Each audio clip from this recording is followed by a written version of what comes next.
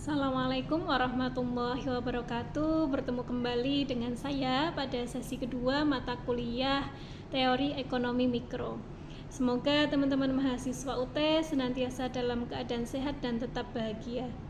Baik teman-teman, kita pada sesi ini akan membahas mengenai perilaku konsumen dan juga perilaku produsen. Oke, kita bahas sedikit ya tentang perilaku konsumen. Nah, seperti yang kita tahu bahwa konsumsi itu adalah menggunakan barang ataupun jasa. Nah, di dalam perilaku konsumen ini kaitannya dengan utility atau kepuasan ketika kita menggunakan suatu barang ataupun jasa. Nah, contohnya misalkan ketika kita haus ya, kita diberi minum. Nah, tentu saja utility atau kepuasan kita pada waktu itu tinggi. Namun ketika kita sudah minum beberapa gelas kemudian kita dikasih minum lagi, tentu saja utility atau kepuasan kita akan semakin menurun ataupun rendah gitu ya. Nah, kemudian juga nanti kita akan membahas tentang pendekatan kardinal.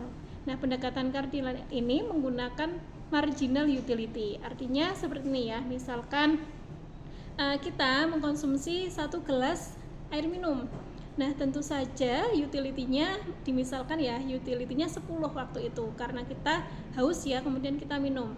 Nah, kemudian di gelas yang kedua, utility-nya pasti akan menurun, yang tadinya 10 menjadi 8. Gelas yang ketiga, utility-nya menurun lagi menjadi 6 dan seterusnya sampai utility-nya menjadi 0. Nah, ini yang dinamakan dengan marginal utility.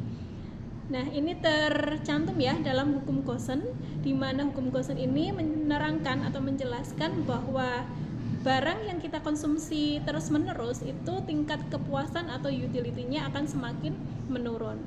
Nah, ada hukum Gosen yang kedua, yaitu bahwa seorang konsumen itu pasti akan berpikir bagaimana sih caranya barang yang kita gunakan terus-menerus ini utility atau kepuasannya tetap sama. Nah, kemudian ada pendekatan yang kedua, yaitu pendekatan ordinal. Nah, kita misalkan ya, di pendekatan ordinal ini menggunakan indifferent curve, di mana misalkan saya mengkonsumsi nasi goreng dan juga mie ayam. Yang pertama, saya mengkonsumsi 10 nasi goreng dan juga 5 mie ayam. Kemudian di hari berikutnya, saya mengkonsumsi 5 nasi goreng, kemudian saya menaikkan konsumsi mie ayamnya ya. Misalkan yang tadinya 5 jadi 7. Nah, ini jadi saya mengurangi konsumsi nasi goreng tapi menaikkan konsumsi mie ayam. Nah, ini namanya indifferent curve. Artinya bahwa kita mengorbankan mengkonsumsi suatu barang untuk menambah konsumsi barang lain. Nah, ini ya yang dinamakan dengan pendekatan ordinal. Selanjutnya kita juga akan membahas mengenai perilaku produsen. Nah, seperti yang kita tahu bahwa produksi itu adalah menggunakan nilai barang ataupun jasa. Nah, di sini ada beberapa faktor produksi yang harus kita ketahui. Yang pertama ada alam, kemudian ada tenaga kerja, modal, dan juga keahlian.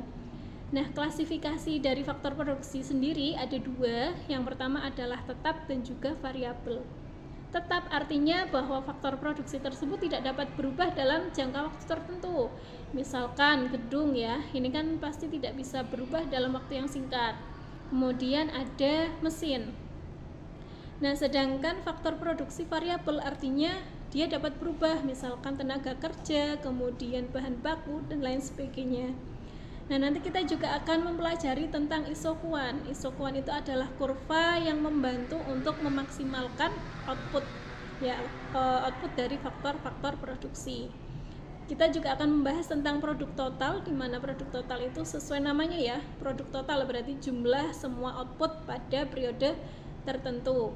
Kemudian ada marginal product, yaitu menambah output karena adanya penambahan faktor produksi. Nah, itu ya teman-teman mahasiswa UT yang akan kita bahas pada sesi 2 ini.